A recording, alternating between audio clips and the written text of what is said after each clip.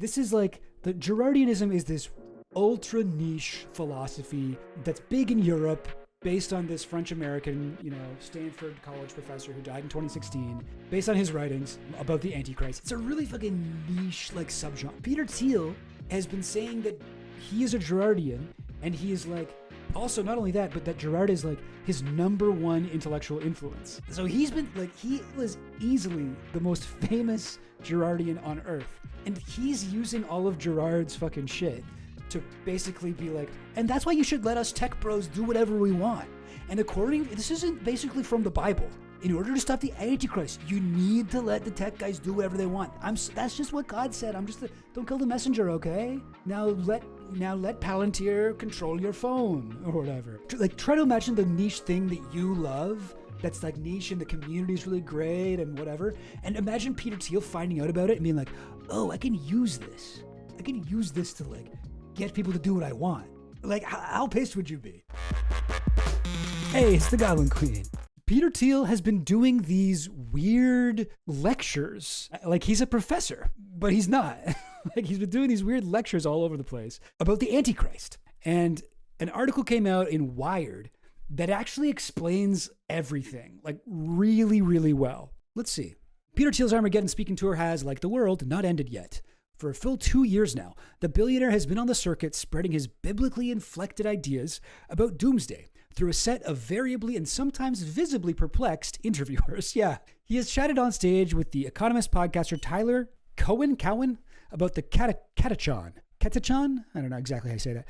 The scriptural term for that which withholds the end times. Traded some very awkward on-camera silences with the New York Times columnist Ross Douthat, and is, at this very moment, in the midst of delivering a 4-part off-the-record lecture series about the Antichrist in San Francisco. So what the fuck is going on with this? Depending on who you are, you may find it hilarious, fascinating, insufferable, or horrifying that one of the world's most powerful men is obsessing over a figure from sermons and horror movies. But the ideas and influences behind these talks are key to understanding how Thiel sees his own massive role in the world, in politics, technology, and the fate of the species.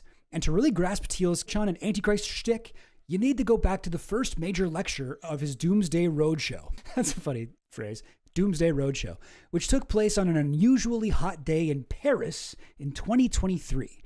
No video cameras recorded the event and no reporters wrote about it. But I've been able to reconstruct it by talking to people who were there. So like, this is kind of a big claim here. At the beginning of this article, the ideas and influences behind these talks about the Antichrist are key to understanding how Thiel sees his own massive role in the world, in politics, technology, and the fate of the species. And you read that sort of thing a lot, or sometimes I'll watch like a video essay and it'll overpromise, like, when you're done watching this fucking video, it's going to change your life or whatever. But actually, this did change how I understand Peter Thiel as a guy, which is kind of big for me because I have a very strong opinion on the guy. It added a new lens to look through him. Moving on here. The venue was a yearly conference of scholars devoted to Thiel's chief intellectual influence, the late French-American theorist René Girard. So this dude here was a lecturer at Stanford while Peter Thiel was there. So he's one of Peter Thiel's teachers.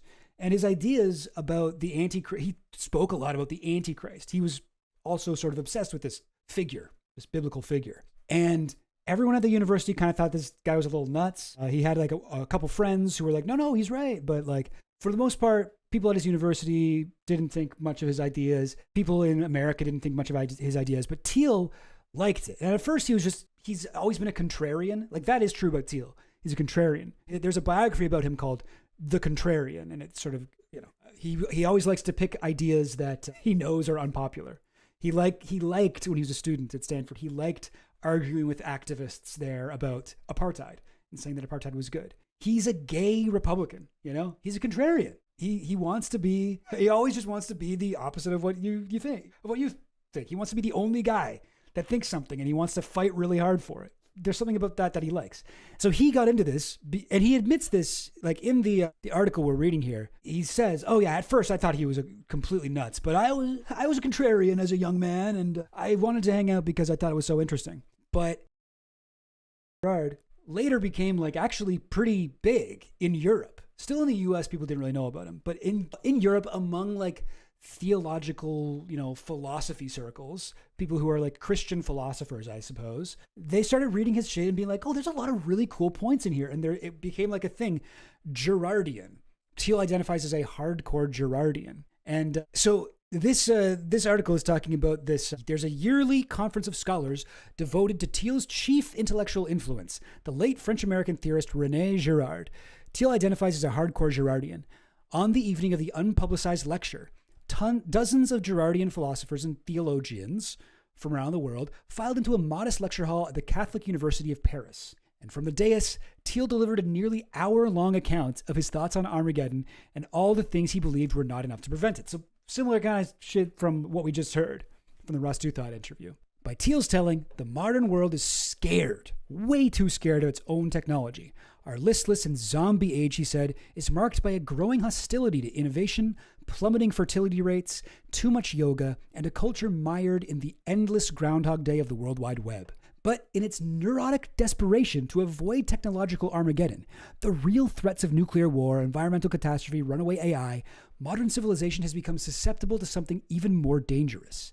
The Antichrist. Blah, blah, blah. Okay. According to some Christian traditions, the Antichrist is a figure that will unify humanity under one rule before delivering us to the apocalypse. This is what I mean when I say it's like, according to some Christian traditions. Like, this shit isn't in the Bible. We don't know this from the Bible. This is something that like some Christian groups have been like, oh, well, what if the Antichrist is this? Oh, what if it unites the world under a one world government? Like, this is not actually scripture. The Antichrist is a figure that will unify humanity under one rule before delivering us to the apocalypse. For its evil is pretty much synonymous with any attempt to unite the world. How might such an Antichrist rise to power, Thiel asked? By playing on our fears of technology and seducing us into decadence with the Antichrist's slogan, peace and safety. In other words, it would yoke together a terrified species by promising to rescue it from the apocalypse. So, I'm sorry, a couple things here. Decadence. I've only ever really heard this word used to describe the flavor of chocolate, but a process, condition, or period of deterioration or decline, as in morals or art, decay. A literary movement, especially of late 19th century France and England, characterized by refined aestheticism, artifice, and the quest for new sensations. A falling away, decay, deterioration, declension. The old castle where the family lived in their decadence. Gotcha. Okay, I actually didn't know that's what it meant. Interesting. Seducing us into decadence with the Antichrist's slogan, peace and safety. This is the thing with Thiel, right? Is that he's supposedly a Catholic. He supposedly believes in the Antichrist. But does he actually think that? Or is he just trying to get people to believe that because he thinks they'll be easy to control that way? That is what I think. Does he really think that the Antichrist is coming? Does he even believe in God? Isn't it funny how this is so convenient for people like Peter Thiel? It's like, oh, we should be afraid of people who want to stop technology, like Greta Thunberg. Is this another kind of libertarian thing where he's like, you guys should believe this, but he himself obviously doesn't believe this? That's sort of where I come down on all this. Anyway, by way of illustration, Thiel suggested that the Antichrist might appear in the form of someone like the philosopher Nick Bostrom, an AI doomer who wrote a paper in 2019 proposing to erect an emergency system of global governments, predictive policing, and restrictions on technology. Whoa, really? Oh, so that's exactly the guy he's talking about. Remember, catechon is the thing that holds back the apocalypse, the opposite of the Antichrist. The catechon is the pro-Christ, I guess you call, the anti-Antichrist. The Christ, in other words. A moderator kicked off a Q&A session by noting, in so many words, that the speech had been a huge bummer. If the world was hurtling toward an apocalyptic crisis, he asked, what might the billionaire suggest we do? Fend off the Antichrist, came the reply. But beyond that, Thiel said that he, like Girard, remember this is at a conference of Girard nerds, Girardians, wasn't really in the business of offering practical advice. A few moments later, someone in the audience stood and offered a correction. It's not true what you said about Girard, a man's voice said. Thiel, who often has a tendency to stonewall or steamroll his interlocutors, squinted in the speaker's direction, trying to determine exactly who was pushing back. The voice had the rounded vowels and soft R's of a recognizably Austrian accent and conveyed a quiet, familiar authority. On many occasions, God, I wish I could do an Austrian accent, even a German accent I would take, but I can't. On many occasions, the speaker went on, young people asked Girard, what should we do? And Girard told them to go to church. Thiel finally seemed to recognize who was speaking. He leaned in toward the microphone. Wolfgang? All right, Wolfgang. This is one of our characters. The voice belonged to Wolfgang Palaver, a 64-year-old theologian from Innsbruck, Austria, whom Thiel had last seen in 2016, the year they both delivered eulogies at Girard's funeral. So, I want you guys to to appreciate the scene here. This is the Girardianism is this ultra niche philosophy that's big in Europe, based on this French-American, Stanford college professor who died in 2016, based on his writings about the Antichrist. It's a really fucking niche, subgenre. Peter Thiel has been saying that he is a Girardian, and he is also not only that, but that Girard is his number one intellectual influence. So he's been he was easily the most famous Girardian on earth. And he's using all of Girard's fucking shit to basically be and that's why you should let us tech bros do whatever we want. And this isn't basically from the Bible. In order to stop the Antichrist, you need to let the tech guys do whatever they want. That's just what God said. Don't kill the messenger, okay? Now let Palantir control your phone or whatever. It's crazy. So I cannot imagine how pissed off I'd be if I were a Girardian and this is something I actually believe in or I'm actually interested in. And all of a sudden my fun little niche cool thing becomes so popular, or not popular, but just there's a guy going around doing these Girardian lectures now, Peter Thiel, to stadium audiences. It's I don't know, try to imagine the niche thing that you love that's niche and the community is really great and whatever. And imagine Peter Thiel finding out about it and being oh, I can use this. I can use this to get people to do what I want. How pissed would you be? Anyway, but this is kind of before all that, and people still kind of like Peter Thiel. Wolfgang Palaver is a 64-year-old theologian. Let's get a picture of him. This guy's a major character in this. Okay, this is him. Wolfgang Palaver. Wolfgang? Oh, I'm Wolfgang. Sorry, I'm trying to see if I could do the accent, but I don't think I can. So he's a funny guy. People like him, but when he interrupted the thing to be actually, that's bullshit, Girard did tell people that there's something that they could do. And he evidently commanded the billionaire's respect. So he told him, yeah, no, actually, you're wrong. Girard did give people a prescription. He said you had to go to church. And then 6 months later, Thiel gave his Antichrist Armageddon lecture again at the Catholic University of America. And his argument was pretty much exactly the same as that one in Paris, except this time, Thiel told his listeners how they might personally navigate the slender path between Armageddon and the Antichrist. Go to church. So he stole his thing. In an October interview at the Hoover Institution, Thiel echoed the line again. Girard always said you just need to go to church, and I try to go to church. This spring, during one of the podcaster Jordan Peterson's many failed attempts to interject, Thiel cut him off. Girard's answer would still be something like, you should just go to church. It's not just that line, although Thiel has never publicly acknowledged Wolfgang Palaver. This Austrian theologian's influence arguably runs through nearly everything Thiel has ever said or written about the Antichrist and the Katechon. In the 1990s, Palaver wrote a series of papers about Carl Schmitt, the German legal theorist tapped by the Nazis to justify Germany's slip from democracy to dictatorship. Palaver's papers critiqued a lesser-known theological and apocalyptic line of Schmitt's thinking, and they seem to have fascinated Thiel ever since the two men first met in 1996. In his recent Doomsday lectures and interviews, Thiel's language often mirrors Palaver's scholarship directly, sometimes closely paraphrasing it. This sounds like uncredited plagiarism, right? To me, this seems like Peter Thiel fucking stumbled into this fucking world. He had this guy, remember, he had Girard as his professor in university, and he was only watching his Antichrist shit because he thought it was fucked up and it would piss people off. He was just doing it as a contrarian. And then later he finds Palaver, he reads his shit, and he's like, oh my God, now I know what to say to get everyone to do what I want. I think that's what I think his brain is doing. That's what I think he's trying to do here. So he's sort of taking this guy Palaver's work on the Antichrist, and Palaver's a pacifist. he's an actual Christian. He's actual a Girardist. And this guy is plagiarizing all of his work on the guy and turning it into fucking Thiel propaganda. So anyway, this is interesting here. You live in strange times when one of the most influential billionaires in the world, an investor who lit the financial fuses on both Facebook and the AI revolution, co-founded PayPal and Palantir, and who launched the career of an American vice president, that's another thing he did, J.D. Vance, starts dedicating his public appearances primarily to a set of ideas about Armageddon borrowed heavily from a Nazi jurist. That's Carl Schmitt.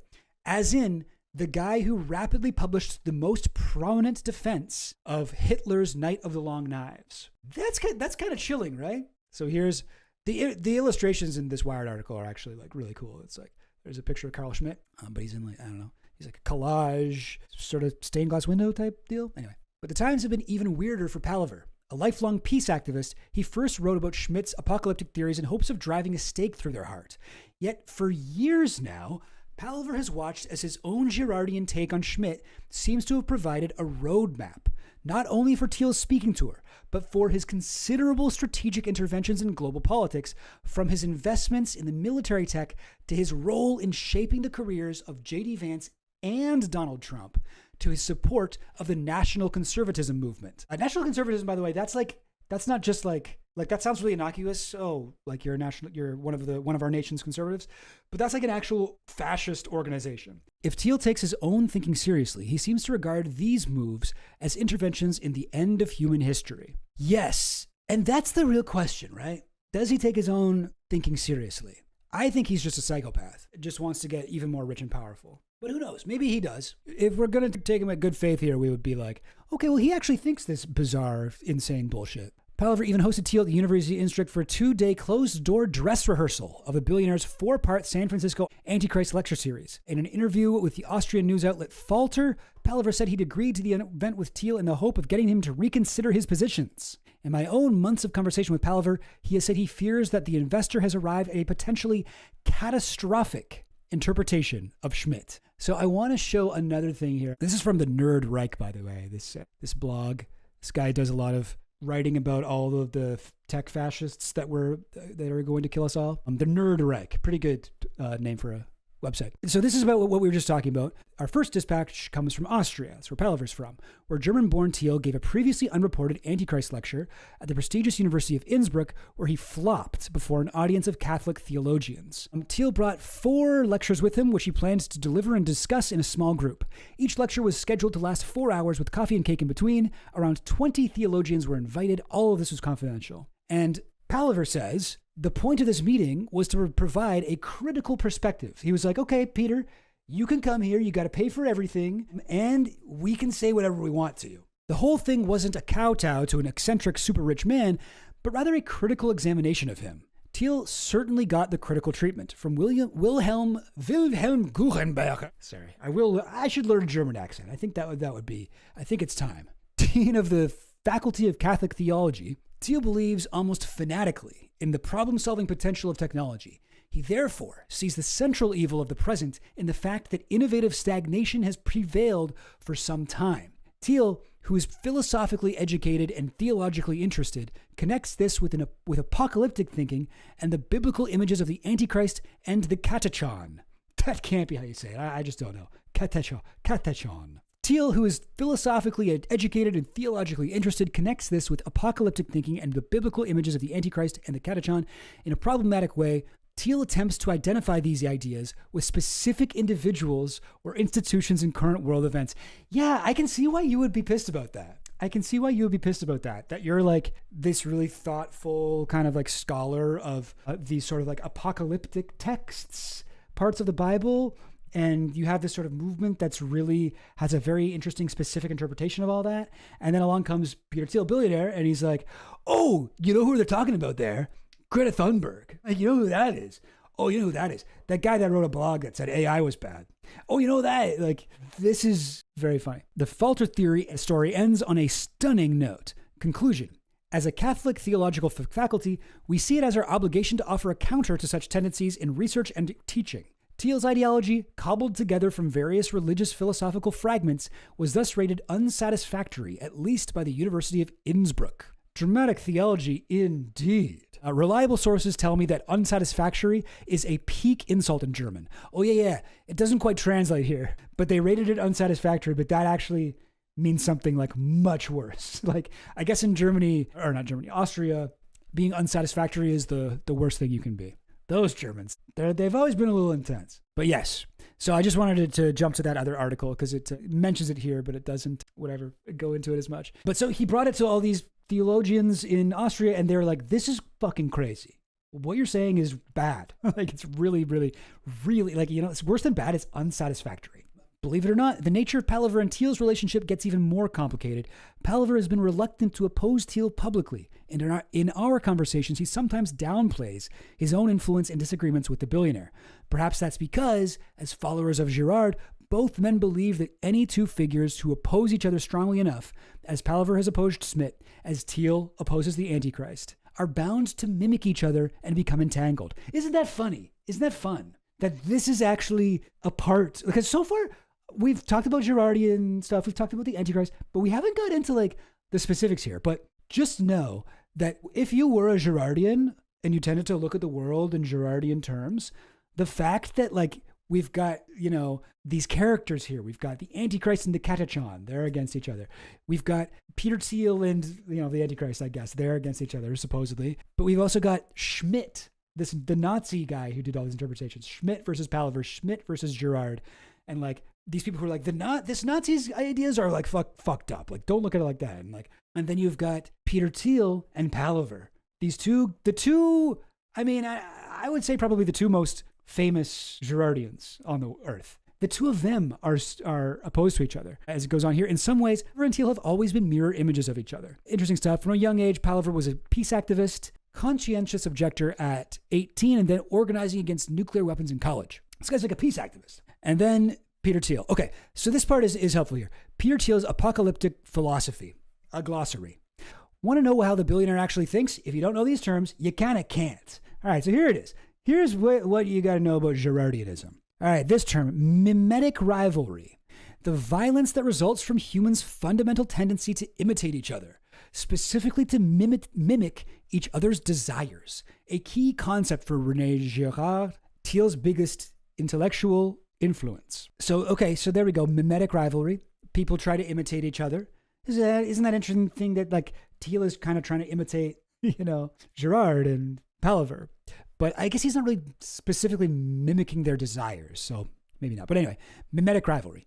Scapegoat mechanism. The process by which humans find unity and relief from mimetic rivalry in ganging up on one target who gets blamed for all the community's problems. According to Girard, scapegoating has provided less and less cohesion since the time of Christ. So, according to Girard, this fucking stupid, crazy idea that, you know, you can see why no one took him seriously. When Christ was around, scapegoats were really, really good. Scapegoats were really powerful. And you could be like, you could solve a lot of problems just by picking a scapegoat. But the closer we get to the Armageddon, the less useful scapegoats are, right? Like now, for example, scapegoats are way less useful than they were in Christ's time. And that seems obviously untrue to me, but that's what these guys think. Because yeah, I guess like they like my thing with scapegoats is like, obviously you can like unite people by getting them to hate a common enemy. Like that's definitely true.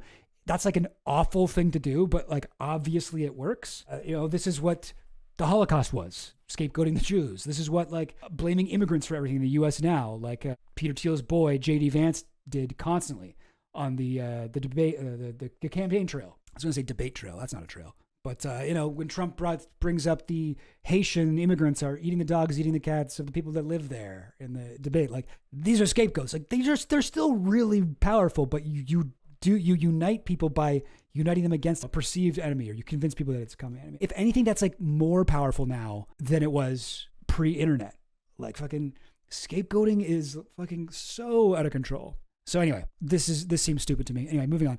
The Antichrist, the figure described briefly in the Bible. I think the Antichrist is mentioned like 4 times throughout the entire Bible, who ushers in the end times. For Thiel and the Nazi theorist Carl Schmitt, the Antichrist's evil is pretty much synonymous with any attempt to unify the world. So this part, the New World Order stuff, I guess that's not Girardian. I guess that's more Schmittian. So that shit's Nazi shit. Interesting. Apocalypse. For some Girardians, the final explosion of violence that will result from unchecked mimetic rivalry in an age of world-killing weaponry. Interesting. So I guess this one's a little controversial. Like this one's not totally agreed on. The final explosion of violence that will result from unchecked mimetic rivalry. So think about this, guys. Think about this. The apocalypse comes from unchecked mimetic rivalry. So mimetic rivalry is the thing where we all try to imitate each other's desires. And we get disunified. We get divided. And then you can unite people by using scapegoating, by blaming everything on immigrants. You can unite people. And if that stops working, and if people are like, hey, wait a minute, the immigrants are actually cool. The immigrants are actually chill and they contribute to the economy. What the fuck? Why have I been against them? Actually, I fucking love Indian food. Why did I used to be racist? Like, if that happens, if scapegoating no longer works, apocalypse. Because people will be too united. And then we'll unite so much that we'll be under a one world government. I guess. I don't know if I'm reading that right.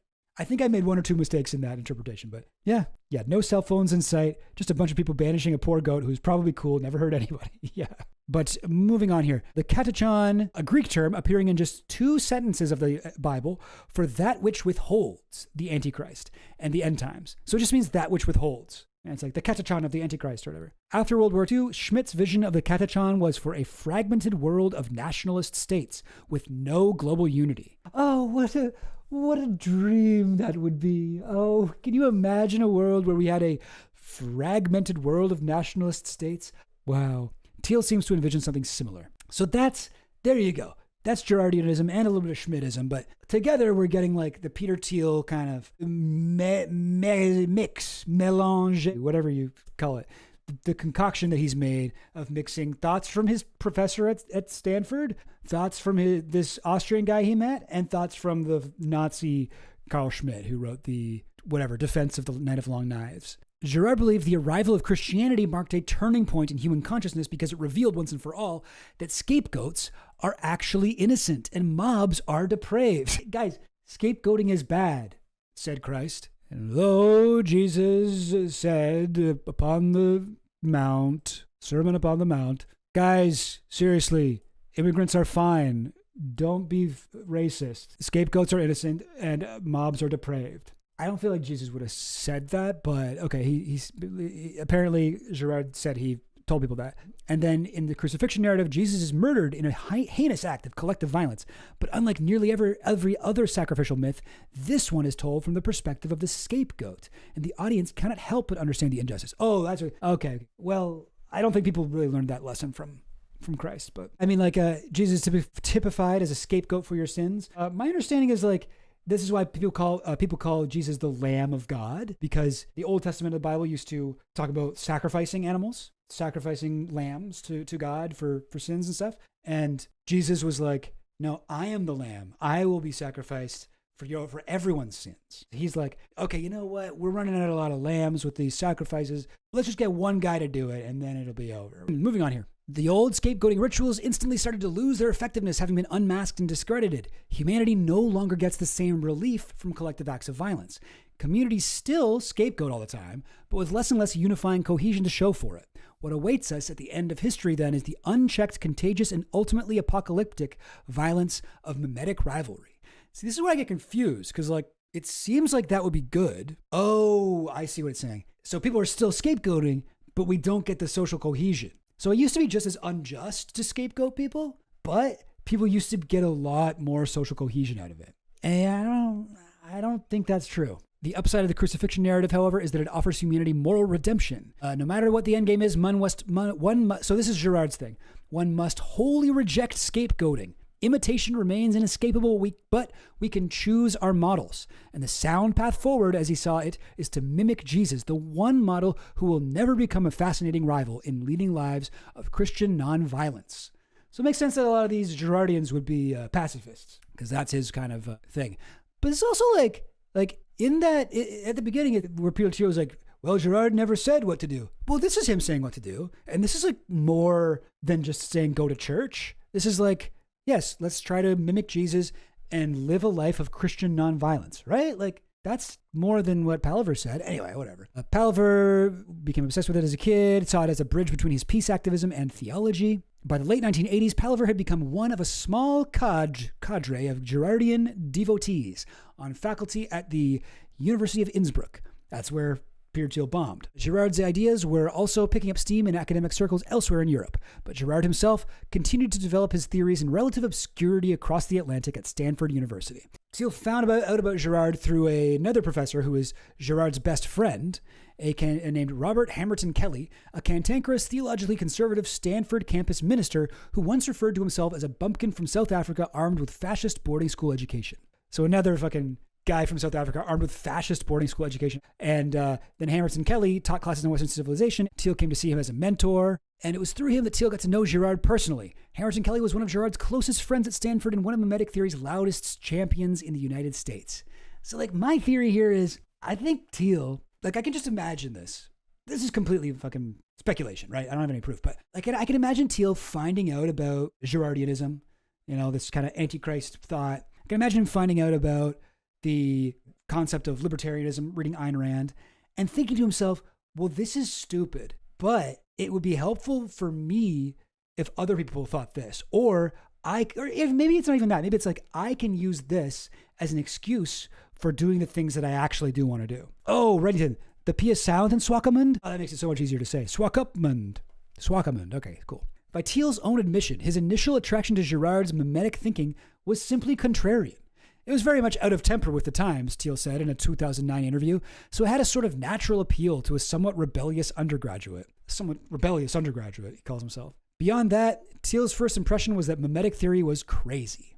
But at some point, Thiel came to realize that contrary to Ayn Rand's fantasy of a few heroic, self-determined individualists striding against a backdrop of pale conformists, no one is immune to imitative desire and its frustrations. After graduating, I guess I can see that. Comparison is the thief of joy kind of thing. Like we see somebody else who's what we want to be and we like try to be like them. We try to mimic them and that takes away from our happiness. Life is suffering. Suffering comes from desire. To eliminate suffering, you must eliminate desire, you know, like the Buddhist Four Noble Truths. I can see how this is kind of like vaguely spiritually true, maybe, this thing about mimicry, but just at a very basic level. I do not follow Girard much further down this stuff. About a month after the symposium, Thiel committed his most famous act of putting his money where his Girardian mouth was. This is a seminar that he went to with Palver in 2006? 2004? 2004. So yes, about a month after the symposium. So he was at this Girardian thing.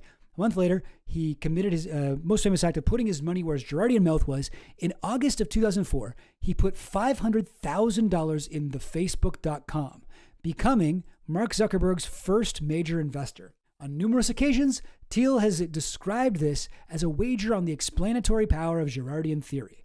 I bet on mimesis, Thiel would later say. LinkedIn intellectuals began referring to Girard as the godfather of the like button. One critic even speculated that Thiel saw Facebook as a mechanism for the containment and channeling of mimetic violence. Isn't that interesting? I don't really think that's the case. I mean, I feel like this is something that Thiel probably likes to say because he thought of it afterwards and it's like, oh, it's perfect, blah, blah. I bet on mimesis. But like, I don't know. I just don't think that the shape of this thing was particularly clear at that point. One critic even speculated that Thiel saw Facebook as a mechanism for the containment and channeling of mimetic violence. This is basically saying Facebook is a scapegoating machine, which is kind of true, actually. That is actually kind of true. Fucked up to invest because of that. After World War II, Schmidt eventually soured on the idea that Hitler was the Katachan. Oh, okay. Clearly, after World War II, he figured that out. He thought that? Wow. Okay, so he was with Hitler literally until he died. In Schmidt's post-war book, The Nomos of the Earth, he pitched a new kind of Katachan. This would be a world order based on the equilibrium of several independent large blocks. As Palliver summarized it in 1996, Thiel has presented a lecture at all but two US-based conferences of, and this is what I was mentioning earlier, the National Conservatives. That's capital N, capital C, where illiberal world leaders meet with their international counterparts and where right-leaning intellects from across the globe gather to give talks on the failures of liberalism, the necessity of reevaluating the separation of church and state, and the virtues of closed borders and self-interested, soil-deep nationalism. Yeah, that seems bad, right? This seems like a lot of mimetic violence. Seems like a lot of warfare in here, like the National Conservatives. Who's Hazeny? Oh, he's a guy from National Conservatives. Almost since the beginning, observers have noted that Hazeny's theories, and those of the National Conservatives in general, appear to be suffused with the ideas of the German jurist Carl Schmitt, though Hazeny has disavowed the connection. Among the relatively few people associated with National Conservatism who do cite Schmitt openly in their work are Thiel and Michael Anton, the essayist and sometime Trump administration official. Guys, these people are Nazis. These people are Nazis. In 2023, Thiel returned to Schmitt's ideas yet again when he gave the first major lectures on the Antichrist before the Girardians in Paris. Okay, and this is the time that Palliver was there, and he was like, hey man, you're wrong. You're wrong about what you said. This time he did refer obliquely to Schmidt's misadventure in nationalism, a cute way of referring to his vigorously prosecuted Nazism. That's actually quite chilling. He's like, okay, how do I talk about this hero of mine who was a Nazi and was like a major Nazi who justified legally the Night of the Long Knives? Well, he had a misadventure in nationalism for a little while. Like, okay, buddy, these people are Nazis. These people are Nazis. Oh boy. Palaver issued his go-to-church correction from the audience. The Austrian went up to Thiel to say hello and make sure there were no hard feelings.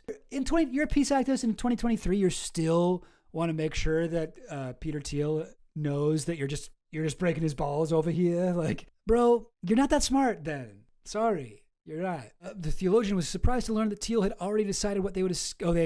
They had a meeting and Thiel was like, I've decided what the topic will be. One of your old papers critiquing Schmidt. I had to reread it myself, Palaver told me, and I was partly astonished by what I had collected there and had to address.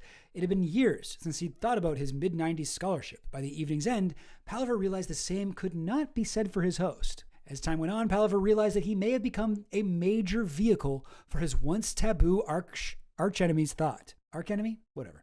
Some of these crazy ideas were really presented by myself for the first time, Palaver says in his somewhat broken English, and now they are all over the place.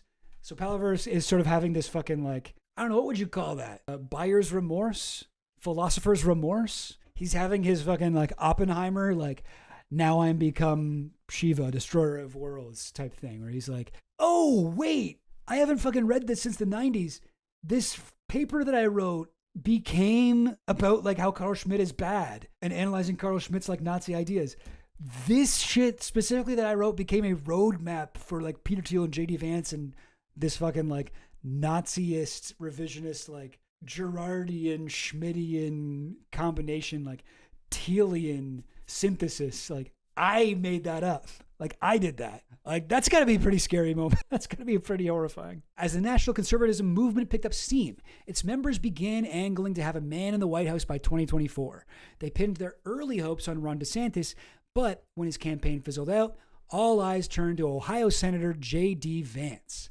It's no secret that Vance is largely a product of Thiel. The billionaire has helped architect nearly every professional endeavor of Vance's adult life, including his meteoric political rise. Let me zoom in a bit. After Vance converted to Catholicism in 2019, he published an essay in the Catholic magazine The Lamp, partly attributing his conversion to the influence of two men, Peter Thiel, he was possibly the smartest person I'd ever met, and the late René Girard. This is what J.D. Vance says. So J.D. Vance is a Girardian too. His theory of mimetic rivalry, that we tend to compete over the things that other people want, spoke directly to some of the pressures I experienced at Yale, Vance wrote, but it was his related theory of the scapegoat and what it revealed about Christianity that made me reconsider my faith. Think about how crazy that is to hear that from J.D. Vance. Like that is what got him into Catholicism, Peter Thiel and Girard. And what he really focused on with Girard was the theory of the scapegoat. So think about like how J.D. Vance does politics. This dude brings up immigrants more, like even more than like fucking most people do. This guy brings up, J.D. Vance. J.D. Vance, so I'm sure you guys all remember this, but during the campaign, J.D. Vance started spreading this completely untrue racist myth that people in this small town of Springfield, Ohio, there were Haitian immigrants there who were stealing people's dogs and cats and cooking and eating them. Completely false. And he got fact-checked on this during the debate, I think. When he was like, hey, you said there'd be no fact-checking.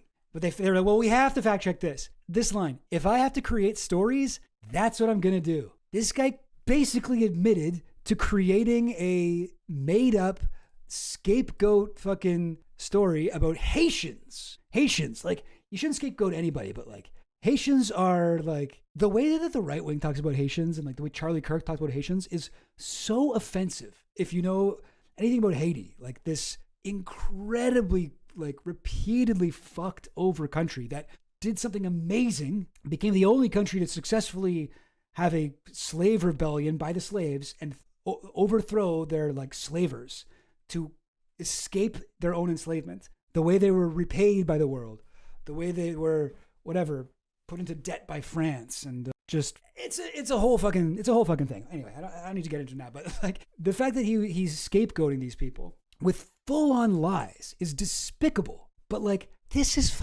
This is exactly what the guy's talking about with fucking the thing that he really fixated on was the scapegoat thing. As Vance put it, Christ is the scapegoat who reveals our imperfections and forces us to look at our own flaws rather than blame our society's chosen victims. And applying this to his own life, Vance focused mainly on his generation's petty online habits in the 2010s. Mired in this, it's so funny too that like he's like, this guy also knows how fucking toxic social media is. Mired in the swamp of social media, we identified a scapegoat and digitally pounced. He wrote, we were keyboard warriors, unloading on people via Facebook and Twitter, blind to our own problems. It was a fairly shallow gloss on Girard's theory, but to many Girardians, it was suggested Vance knew exactly what he was doing when, 2 months after Donald Trump selected him as a running mate, the nominee began tweeting that immigrants in Springfield, Ohio were eating domestic pets. And when, on the campaign trail and in televised debates, he contorted himself to blame nearly every American crisis on immigrants. Yeah, so like, keep this fucking shit in mind, like, not just with Thiel, but on Thiel's, like, influence, the people who he's influenced. Like, that is interesting. I mean, this one is not confirmed. This is silly. Maybe I shouldn't even bother with this. No, it's kind of funny, though. 1 second. So a lot of people sort of have this theory about, you guys remember the podcast Red Scare? They used to be this kind of, like, leftist, communist sort of guys. I never really listened to too much of their stuff, but there is a theory about the Red Scare being funded by Peter Thiel. This is not confirmed.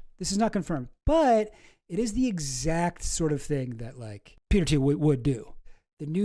How Peter Thiel backed an anti-woke film festival. Here is the article where it's this massive film festival that Peter Thiel organized, and who should be there but the hosts of Red Scare, the most popular of these shows, interviewed legendary cult filmmaker John Waters on MPCC's first night.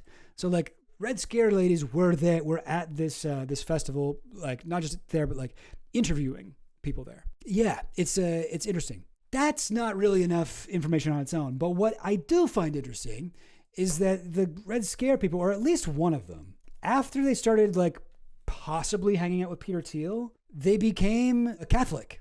Nekrasova, a practicing Catholic who's expressed sedevacantist views, has been credited for trending Catholicism in certain demographics of millennials and Gen Z. In 2022, Kachin met with billionaire venture capitalist Peter Thiel and U.S. Senate candidate Blake Masters. Masters, until then president of the Thiel Foundation, called Red Scare interesting and hinted to Vanity Fair that it could receive funding from Thiel in the future. See, I should have gone straight to Wikipedia. Nekrasova and Kachin denied receiving any funding from Thiel. That is interesting. It seems to sort of like line up with the timeline, as far as I'm aware anyway, when they became Catholic to when they started hanging out with Peter Thiel and when they started to kind of like become a really far right. Like right now, you know who their most recent guest was? Peep this. Nick Fuentes on Red Scare is a great listen. Yeah, they interviewed Nick Fuentes, prominent neo-Nazi. So yeah, I mean like, are you starting to get like the Peter Thiel paranoia that I have? Like, I don't know if this is what happened, but like, God, it would make so much sense, you know? This fucking guy. Look at him trying so hard to look cool in a picture. And honestly, like, I'll be honest, I'll give it to him. He succeeded in this one. He does look kind of cool. He does have a Tony Soprano kind of look. What kind of special training did he have to go through to get that pose exactly right, you know? Oh, and I should also mention, by the way, if you join my Patreon, I do have a tier there, which while I'm on this topic, I've got the Goblams, the Goblin Intelligence Agents, the Geonon High-Level Insiders, the Chilluminati High Priest, $20 a month. And then I have the Peter Thiel tier, $1,500 a month.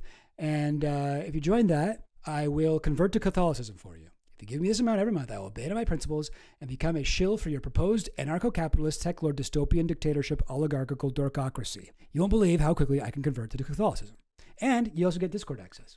Cool. Anyway, so all that's to say, the Catholic angle to this is not to be overlooked here. All of the Girardians, when they heard Vance talk about him, were pissed. They're like, dude, what? You obviously knew what you're doing if you're a Girardian when you're like doing all these fucking, scapegoating stuff. It's possible that Vance and everybody's like, it's difficult to claim Girard, who fundamentally believes that violence is linked to exclusion, and at the same time accuse Haitians of eating dogs, Girardian scholar Paul Dumochel told a Canadian newspaper.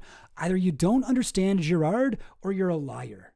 Yeah, this is like, Thiel and Vance both, right? It's possible that Vance may have genuinely misunderstood the scapegoat mechanism, or he may have been familiar enough with Girardian mimetic theory to recognize that while the old sacred rituals might not work perfectly, they aren't entirely broken yet. Collective acts of violence still bind people together somewhat, perhaps enough to win an election. And I can see that being the calculus if he actually does believe that shit. Collective acts of violence still bind people together, blah, blah, blah. They feel relieved of their tensions and they coalesce into a more harmonious group, Girard wrote. They now have a single purpose, which is to prevent the scapegoat from harming them by expelling and destroying him. This is so lame, this part. By February of 2025, Thiel's Armageddon tour had gotten to the point where he was handing out t-shirts that said, "Don't immanentize the Katachan." This is a nerdy play on the anti-utopian quote, "Don't immanentize the eschaton," meaning don't try to manifest heaven on earth. Yeah, okay, real good pun, dude, real good. It's like the title of a Simpsons episode in the worst possible timeline once Peter Thiel takes over The Simpsons. Thiel was asked whether or not Donald Trump might be the Katachan, and he refused to answer. His reticence to name a Katachan is a lesson he seems to take directly from Palaver's account of Schmidt and Hitler. If you identify too much as one thing, that can go very wrong, Thiel told Cowan. There's always a risk that the Katachan becomes the AntiChrist, he said, echoing Palaver's 1996 paper. More plagiarism of this like peace activist guy that he has been ripping off his whole fucking thing on. Godels, the tyranny of the unfuckable. I like that a lot. So that thing we watched earlier where Roaster thought is like, hey, do you think with your heavy investments in AI, military tech, and the data analysis firm Palantir, that you're actually building tools that work in the service of the Antichrist? The halting 6 seconds the men subsequently devoted to unpacking the idea, which immediately became a meme, were remarkably underwhelming. Thiel: obviously I don't think that's what I'm doing. Dude thought, I mean, to be clear, I don't think that's what you're doing either. That's funny. The halting 6 seconds the men subsequently devoted to unpacking the idea. That's just a funny way to put it. Because yeah, they really did not get into this as much as they could have.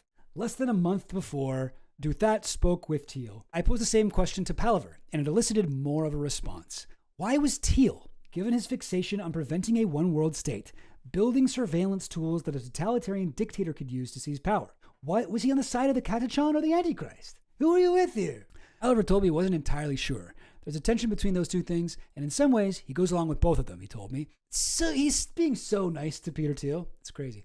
It's a good strategy if you have the means to have something at stake on all sides. In other words, maybe the billionaire is hedging his bets. Yeah, I mean, like, I don't think that anything that Peter Thiel is doing is going to hasten the arrival of a one-world totalitarian dictatorship. Oh, well, only if it's him, you know? Like, he could become the one-world totalitarian dictator. And I feel like he would be okay with that. He would be just as okay with that as when he gets fucking contracts from the government as a libertarian. He's like, oh, it benefits me? Great. Yep, I'll take it. Oh, I'm the guy that gets to be the Antichrist? Actually, now I'm pro-Antichrist, you know? But to understand why Thiel may be willing to take that risk, Palaver says you need to first understand that he's human.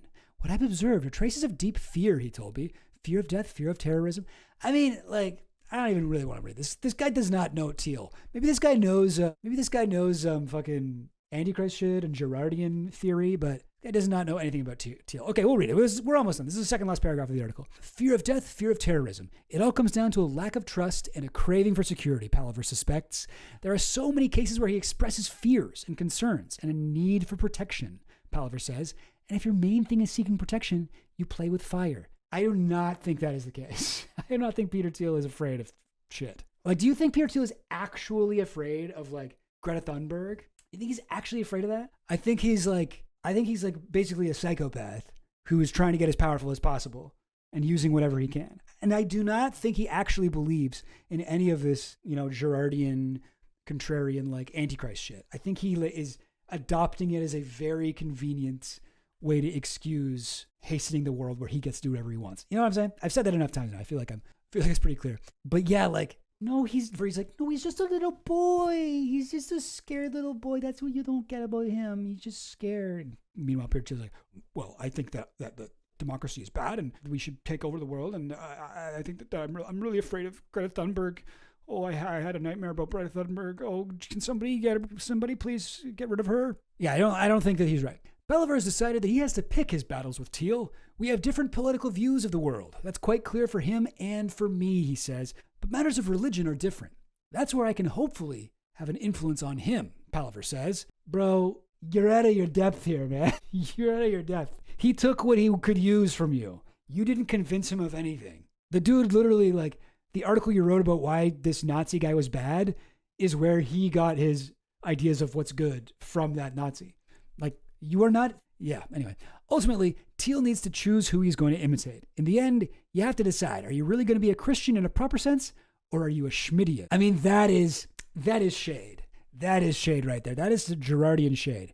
Are you going to be a Christian in a proper sense, or are you a Schmittian? Christian Schmistian. Well, gang, that's that article. But I did have a couple other things on Peter Thiel and the Antichrist stuff. So this was great. I thought this article was really good for figuring out, like, what is his thing? What does he believe? What are these fucking lectures about? Because before that, I was like Tim Dillon. Did you guys see the Tim Dillon stuff? Yeah, I got it here. It's pretty funny. Because when Thiel he had a pretty funny interview on Joe Rogan where he, I would say, very accurately articulated, like, why all this shit is so fucked up. Hang on.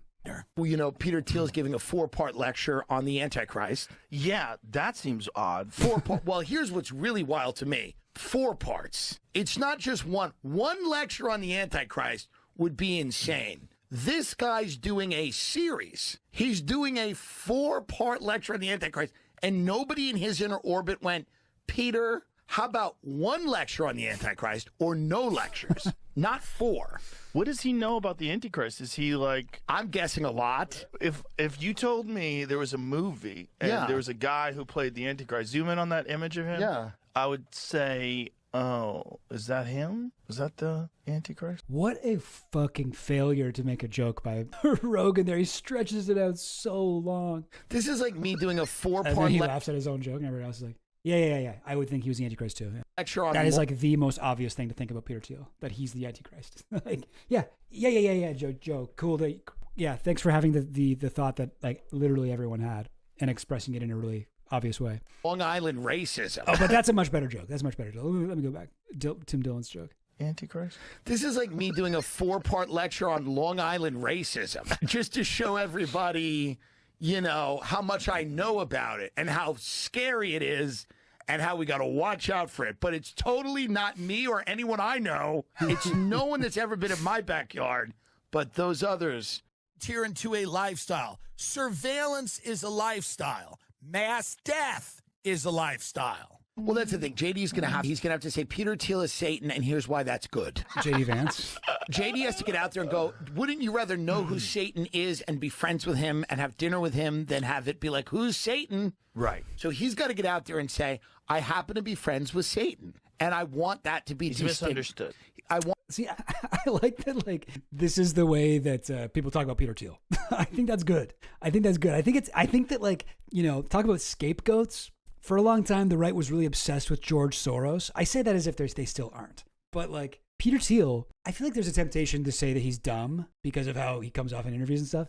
But I think he's actually very smart. I think he's like a lot smarter than like Elon Musk, who I do think is kind of an idiot. But Peter Thiel is smart in his own way. He's smart at wielding power through his billions of dollars. Not that there are that many people who have that ability to do that. So, you know, maybe he's just like one of the smarter ones of the guys who are billionaires. But anyway, he's so socially inept that like he doesn't quite get how this Antichrist thing is going to make him look, right? Like he's in interviews, he's so awkward and like pausing and like halting and not really whatever. He's like I feel like there's something in him, even though he is quite smart in a lot of ways. There's something in him that did not realize, that honestly didn't guess that becoming the Antichrist guy was going to make people kind of weirded out by him. But if you look in like conspiracy theory message boards, even right-wing ones, people hate Peter Thiel. It doesn't hurt that his name is an anagram of the reptile. You can rearrange the letters to read that like he's fucking Voldemort or something.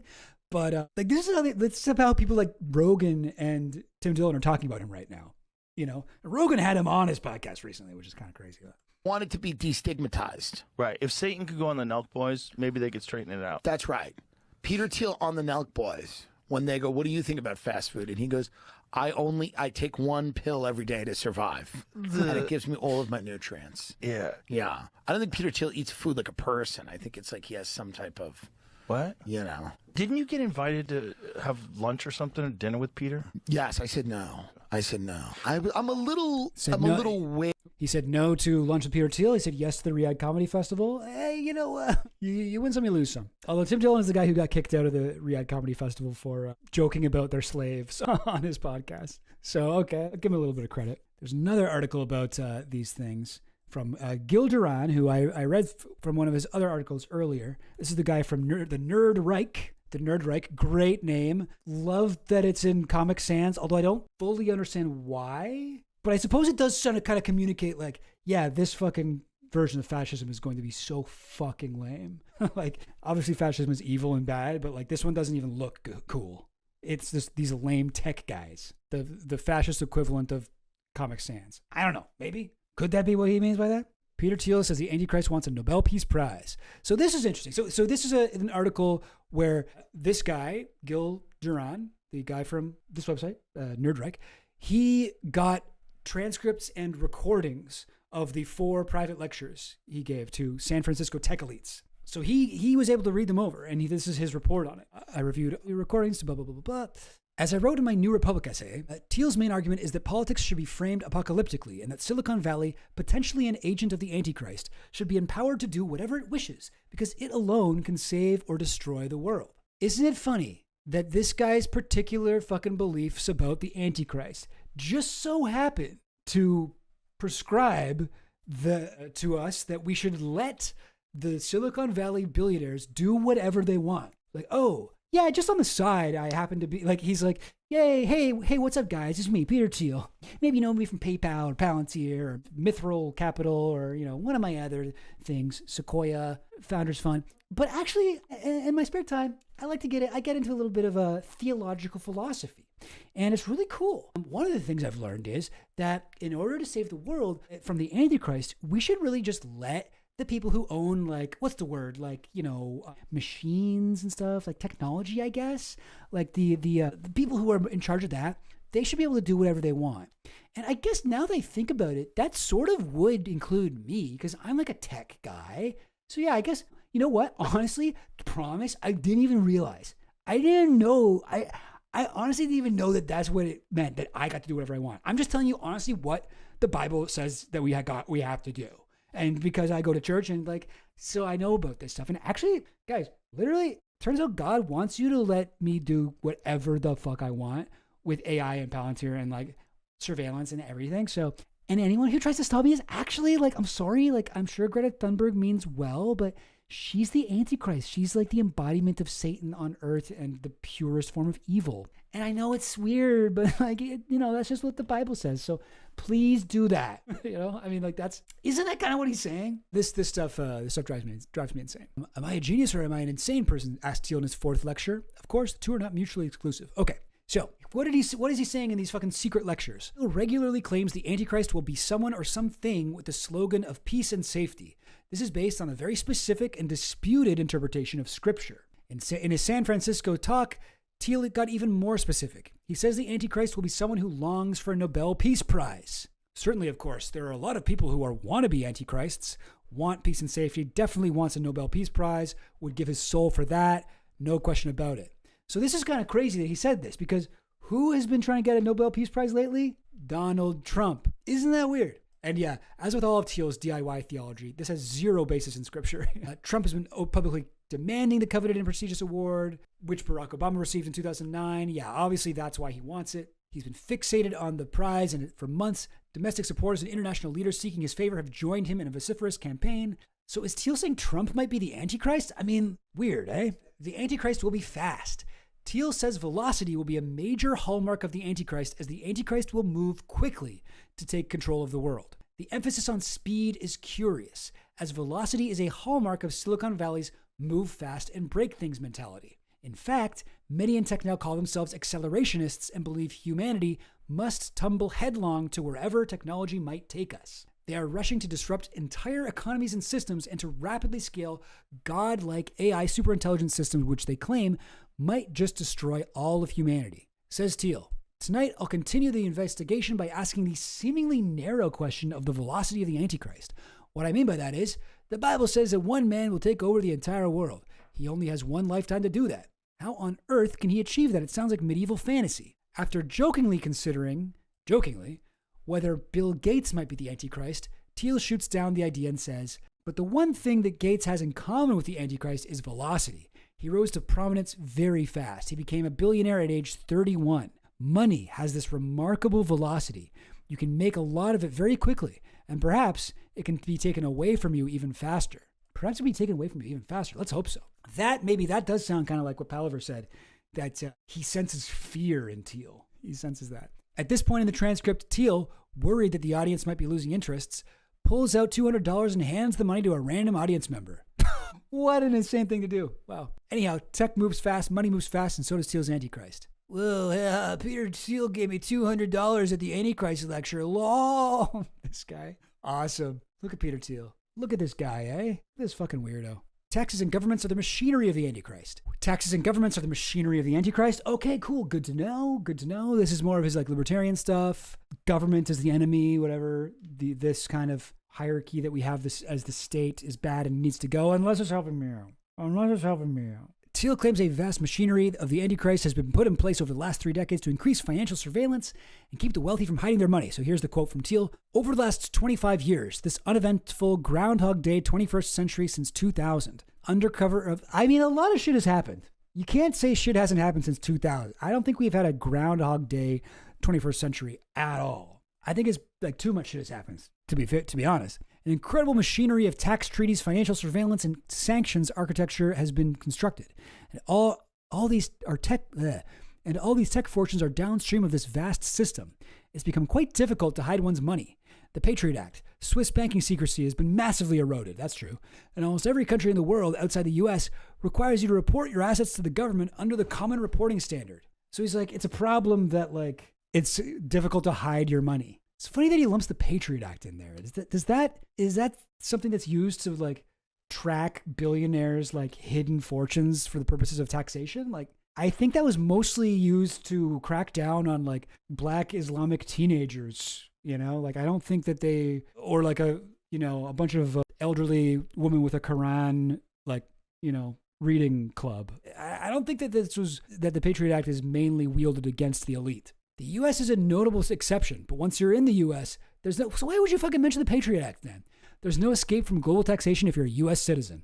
We have this extensive FinCEN architecture to police you. Payments are centralized on the SWIFT system. Bro, you're the fucking PayPal guy. Talking about one world government, and he's openly spoke about, financial crimes enforcement network. Oh, that's okay. FinCEN, it's bad because it's tracking financial crimes. This is like what Andreessen said on Rogan, where he's like, the fucking FTC they debank you for no reason. Whatever. Payments are centralized on the SWIFT system, but Silicon Valley is helping to build this Antichrist machinery. Thiel mentions that Silicon Valley has become entwined completely with government, making it a key part of the very machinery he criticizes. And then, of course, the history of the last quarter century, maybe 21st century, is the way in which Silicon Valley, or this place, San Francisco, has slowly won out over New York and become the other center of power. Of course, in a perverse way, to go through all the ways to link the military and financial and ideological superpower with the big tech companies. There are all these ways we can be critical of them and, go on with the San Francisco rant. Bro, that's you, again, linking the military, financial, and ideological superpower with the big tech companies. That's literally what Palantir does. This literally, like Peter Thiel is a known FBI informant. This guy links himself with fucking intelligence, the military industrial complex. This guy met with fucking Donald Trump early in his first term and brought along Alex Karp of Palantir, who was not big, was not really being used at the time, and forced shit through with his alliance with the state. Peter Thiel got with Trump, one, by donating him $1 million the day the Access Hollywood tape thing dropped and everyone thought he was done. And Peter Thiel was like, no, let's see what you can do with $1 million, and I'm going to officially endorse you now. This motherfucker in 2025 with Trump 2 has his fucking boy J.D. Vance as the vice president. J.D. Vance, who mostly talked about how much he hated Trump and called him the new Hitler, was somehow convinced to bring him Trump, the guy who really actually does care about that kind of shit, picked J.D. Vance so he could get access to fucking Peter Thiel's money and was just feeding his fucking interests through that.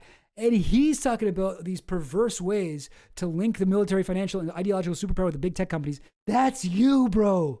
Yes, this is 100% projection. Oh boy. Anyway, he even appears to admit that his own companies have contributed to this feared Antichrist machinery. I was working at PayPal for a time, at the time, trying to build the technology to evade these policies of the world's powers and principalities. I will still defend PayPal has more good than bad. That's funny. It's not timelessly eternal. In some ways, it got co-opted, and new things need to be built like Bitcoin and Tether. And even if, we start companies like PayPal or Palantir and try to have alternatives and get partially co-opted, they're never going to be simply in sync with DC. Really? It's funny, like he says all this shit. It's like he does have, he is a little bit self-aware. He's like, the thing I just said is, I know it sounds like I'm describing myself, but then his thing is like not convincing. He's like, no, it's not that bad. He's like, I know what you're thinking. All of these very specific things I'm mentioning that would lead to Armageddon. It does almost seem like I'm describing myself and my companies, but and then like, I know you're thinking about me, but no, I'll still defend PayPal as more good than bad. That is not a strong defense. That's like, maybe you'll disagree, but personally, I don't think it's that big a deal. Even if, we start companies like PayPal or Palantir and try to have alternatives and get partially co-opted, they're never going to be simply in sync with DC. At various points in his lectures, Thiel suggests that A, tech is helping to build the Antichrist infrastructure, and B, tech must resist becoming the Antichrist, and C, tech is humanity's best hope against the Antichrist. It's a message that's as convoluted as it is self-serving. Yeah, that is so, his fucking ideology is so stupid and like impossible to understand. Remember, earlier in this article, Thiel said that the Antichrist, it's going to happen fast. Like Bill Gates became fucking billionaire by 31. Like it's going to be quick. Since the Antichrist needs to take over the world quickly, Thiel says the Antichrist must be a young person. He goes on an odd numerological riff about the number 33. Since Jesus Christ and Alexander the Great died around that age, Thiel assumes that the Antichrist must take over the world before reaching the mystical 33 years. So this is also like, so he's like, and another reason why it's not me or Trump or blah, blah, blah, blah, blah. It's got to be a young person. It's got to be like, like a Greta Thunberg type. Like that's why all of these people he names who he think is going to be the Antichrist are like young people. So I guess he thinks that Greta Thunberg is going to like start a fucking tech company. It'll be like something that will unite people. It'll be like, it's the fucking NWO app or something like. It'll be some cute name, Noi or something like that. The New World Order interface, Noi. And then they'll use that to take over the world. And by the time they're 33, they're controlling the world's one world government. I guess that is what he honestly expects. If you follow him literally, what he's saying here about how it's going to come from the tech world, I guess that is what he honestly thinks is going to happen. Buckle up for some florid poppycock here. That's a funny phrase. I'm not sure I know what that means. Florid poppycock. The Antichrist has to somehow outdo this. I don't want to be way too literal on the 33 number. I'd rather stress the Antichrist will be a youthful conqueror. Maybe in our gerontocracy, 66 is the new 33. But something like these numbers do occur almost mystically through a number of different contexts. Buddha begins his travels at age 30 and experiences nirvana, ego death, at age 33. But I had to be ecumenical and say something nice about Islam. What the fuck? One idea that's pretty cool is when you're reborn into your afterlife, you're born into your 33-year-old self. Your 33-year-old self is your best self. It's like Alexander at the peak of his power. No, it's like Alexander when he died. That's not the peak of your power. Or even in Tolkien, the hobbits have a coming-of-age ceremony at 33.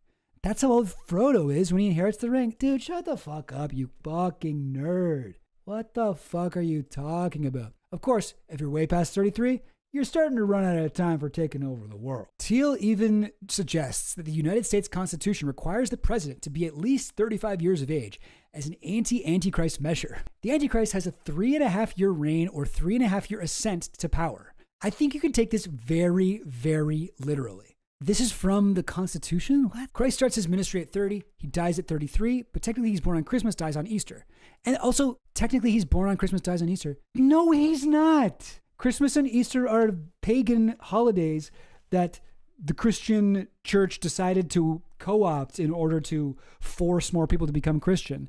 Do we have any idea when Jesus Christ was actually born? According to like biblical historians, when was he actually born? No, people think it was not even at 0 BC. It was at 6 to 4 BC. So maybe he was actually fucking like 38. Yeah. You know what? maybe I could be the Jesus one day. I'm 35. I got time. No, I'm not even 35. I'm 36. I got 2 years. I forgot how old I was. That's kind of embarrassing. I'm so old that I forget how old I am sometimes. To be fair, my birthday was last month, so I'm getting used to it. When was Jesus born? It actually wasn't December 25th. Whoa, how stuff works. When was it then? The Bible's most detailed account of the Nativity is in the New Testament's Gospel of Luke, but even that orderly narrative, complete with a highly specific references to rulers from the Roman Empire and a worldwide census, fails to name a day, month, or year for Jesus' birth. The September theory. So why do they think it might be in September? This theory comes from a close reading of the clues left behind in Luke, particularly what the Gospel's authors had to say about the timing of the birth of John the Baptist in relation to Jesus. Oh, okay. Because yeah, John the Baptist was a real guy. He's actually much more famous apocalyptic rabbi than Jesus was at the time. So yeah, September then. Particularly he's born on Christmas, dies on Easter. No, he doesn't. If you're a child, yes. But everyone knows, no, that's not true. Technically 33 and 4 months. Christ lives for 33 and a third years. So once the Antichrist is 33 and a half, he will have surpassed both Christ and Alexander. There may even be an anti-Antichrist measure in the U.S. Constitution's 35-year minimum for the presidency. That's hilarious. They're like, well, guys, we got to make it 35 because according to this math that Peter Thiel will do, 33 and a third is how old Antichrist will be. Since Trump's 79, Thiel is 57, the choice to point the finger at young people conveniently removes them from Thiel's list of Antichrist suspects for the most part. When considering the question whether Trump's the Antichrist, Thiel said, what I would say is that you can be as deranged a liberal as you want to be. What the fuck? Is Trump the Antichrist? What I will say is that you can be as deranged a liberal as you want to be. I'll give you a hearing if you believe in a sincere way, not like the people outside, but in a sincere, he's talking about like the protesters at the lecture he's giving. Not like the people outside, but in a sincere, rational, well-reasoned way and are willing to make the argument that Trump is the Antichrist. I will give you a hearing, and we should consider that. Thiel names more Antichrists. Okay, who does he do? So again, he names Greta Thunberg, along with AI critic's Nick Bostrom, the person who wrote a paper. Who the fuck is Nick Bostrom? He's a student? A Swedish-born philosopher. He doesn't look... He's 52. He's 52, so why is he naming him? Oh, where were we? Eliezer Yudkowsky. Who's he? Oh, an AI researcher and writer. Okay, so these two guys are anti-AI guys. He believes that advances in artificial intelligence may lead to superintelligence, which he defines as any intellect that greatly exceeds the cognitive performance of humans in virtually all domains of interest. He views this as a major source of opportunities and existential risks. I mean, this guy seems like he's mostly on the same page as Thiel. This guy seems like he sucks. Best known for popularizing ideas related to friendly artificial intelligence. His work on the prospect of a runaway intelligence explosion influenced philosopher Nick Bostrom's 2014 book, Superintelligence, Paths, Dangers, Strategies. So he's just picking these two guys because they're too pro-AI for him. Wait, what am I watching? Fights the dark future he's discovered. He's the Yo, this is sick. This is a banger. So wait, this is a song about Yudkowsky? I'm a hero who fights the dark future he's discovered. He's the greatest single mind since L. Ron Hubbard. He's gonna save us all from the end of days. And he don't carry no gun, just a theorem called Bayes. He's gonna fight the robots, don't ask me how. And he's gonna do it 200 years from now. They're gonna freeze his body and upload his brain. Or maybe upload his body and freeze his brain. I mean, Big Yud. Big Yud. He's oh, this is Yudkowsky? Future robot overlords and save us Big all. Big Yud. Big Yud. Oh, this is the guy that wrote the fucking... Oh, the Harry Potter fan fiction? Oh my God. Okay, maybe he is the Antichrist, actually. Yeah, what is it called? Harry Potter and the Method of Rationalism. It's like longer than Harry Potter books. It adapts the story of Harry Potter to explain complex concepts in cognitive science, philosophy, and the scientific method. How long is it? Yeah. 122 chapters and over 660,000 words. That's a lot, right? 660,000 words is a lot. How many words are in Harry Potter? The first book has 76,944 words. The longest book has 257,045 words. This fucking book has 660,000 words. This is like reading all of the Harry Potter books, and it's just about his first year. Yeah, this is fucking crazy. Anyway, the guy who did this is apparently the Antichrist, according to Peter Thiel. AI critics Nick Bostrom and Eliezer Yudkowsky as possible agents of the Antichrist. Yudkowsky fired back, telling the Post that my understanding, let me do like a nerd voice for him. My understanding is that authorities from multiple Christian denominations have stated that Thiel's views identifying the Antichrist's proposals to regulate the AI industry are not deemed to be compatible with conventional Christian belief. Well, belief in God is not necessary. Thiel's previously said he's religious but not spiritual. He expands on that theme. That's funny. I'm religious but not spiritual. Well, what the fuck are you? I like all this stuff about how we hate gays, but I don't actually believe in any of the mystical stuff. My line's always, we don't need belief in God. We don't need belief in the Bible. We need knowledge of God, knowledge of the Bible. There's some way that you can have knowledge of Christ. He's a type of man, a type of healer, a type of carpenter, a type of scapegoat, a type of king. And there's something we can also do with history. Can't know everything, but knowledge is more important than belief. So is religion a tool for imposing hierarchy and order rather than a literal belief system? That wouldn't go over well with believers. Yeah, like this is one of the weird parts where it's like, because my thing is, oh, he must be trying to manipulate religious people. But when he says shit like this, like, isn't it obvious that like that isn't going to go over very well? I don't know. Or maybe he thinks it will. And maybe he thinks it'll go over better with the atheist types. Because, I'm an atheist, but I do sort of think of the Bible in that way where I'm like, there are interesting things in the Bible, like the New and Old Testament are together like a really cool documentation of these ancient historical texts that have been preserved in this like one volume of things. Like there's some of the shit in there is like really, really old. And it's just cool to be able to read that and see similarities between the way people think about ethics and whatever philosophy compared to how we might think of it today, even in a secular context. And with Christ too, like you don't have to believe he's the son of God to like look into some of his whatever lessons, parables, whatever things he's trying to say is the concepts he's trying to get across and be like, well, that's an interesting point that I could maybe even apply to my life. Like, I feel like that is just a type of spirituality you can have without being a actual devout Christian or even believe that Jesus was the son of God or whatever. You can learn from him. So I don't know. I guess I should make fun of Peter Thiel, everything he's saying here. It's just my instinct, guys, because I always want to make fun of him right away. But concluding his fourth lecture, Thiel makes an unusual remark about Acts 17, an organization seeking to spread Christianity in Silicon Valley, and the host of his lecture series. I'm supposed to do some kind of advertisement for Acts 17. The non-egalitarian, very heretical thought I'll give you is, perhaps, whatever you're doing here in San Francisco is more important than everything everybody's doing in Christian work in the rest of the world combined. Oh my God. These fucking Silicon Valley dudes, they all think that they're God. Messiah complex. Fucking ridiculous. So after 4 nights of lecturing about the Antichrist, Thiel proclaims that evangelizing to the comfortable and privileged in San Francisco beats serving the poorest of the poor around the world. And Jesus wept. Yeah, that is crazy. What a crazy dude. There's one other thing from Gil Duran. This is not from his site, The New Republic. And he wrote this a little while ago. But there's one sentence in here one part in here that I think is pretty fucked up. Thiel isn't alone in mimicking religious themes. Billionaire Nicole Shanahan, this is the woman who, she was married to Sergey Brin. If you know Sergey Brin, one of the founders of Google, she's his ex-wife. And she was also RFK Jr.'s running mate, I believe. She's supposed to be. Nicole Shanahan. She made a whole friggin' Twitter blog post about it. Is Burning Man demonic? This is a really like Thielian type of idea, right? For this fucking billionaire tech woman who's so rich and so powerful, for her to be talking about demons as if they are real. Like, that's weird, right? Well, Andreessen Horowitz partner Catherine Boyle has invoked Christ's crucifixion to argue that governments destroy families. Trey Stevens, a Thiel ally and self-proclaimed arms dealer who co-founded the drone warfare company Anduril, another warped Lord of the Rings reference, frames his work as part of a quest to carry out God's commands to bring his kingdom to earth as it is in heaven.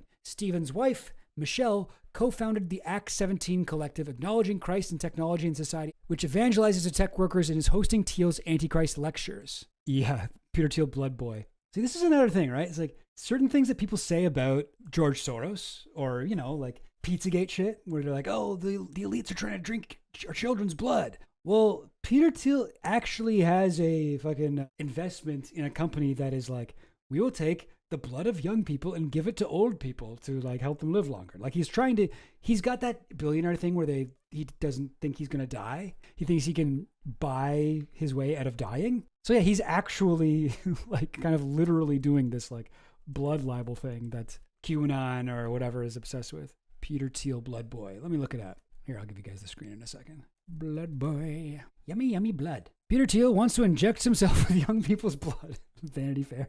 Silicon Valley billionaire reportedly sees blood transfusions as the pathway to radical life extension. He's drinking children's blood. He's literally fucking, you know, people with George Soros, who's a Jewish guy who escaped Nazi Germany. They'd be like, you know, he grew up in Nazi Germany. Well, this guy grew up in like Nazi town, German Southwest Africa, modern day Namibia. This guy grew up in a town where they celebrated Hitler's birthday every year. Like, this dude is like the real George Soros. For real. Oh, here's a classic old fucking quote from Thiel. I stand against confiscatory taxes, totalitarian collectives, and the ideology of the inevitability of the death of every individual. Cool. Yeah, dude, you aren't going to be able to billionaire your way out of death. You probably live longer, but like, I don't know. This was from when? 2016? Guys, this is what he looked like in 2016. He does not look nearly as like freakish. Like, I don't think those blood transfusions are doing him any favors. Like, these are all old too. Like, the guy looks horrifying. What happened to him? Aren't the blood transfusions supposed to mean you age slower? Where is it? Like, this is what he looks like now? Come on now. It's not going well, whatever you're doing, man. Yeah, so end of the day, guys, I hope that that helped you understand Peter Thiel's weird obsession with the Antichrist a little bit more. Definitely seems like something that we're going to hear more about. And I think, I don't know, my best impression of all this is not something that he literally believes.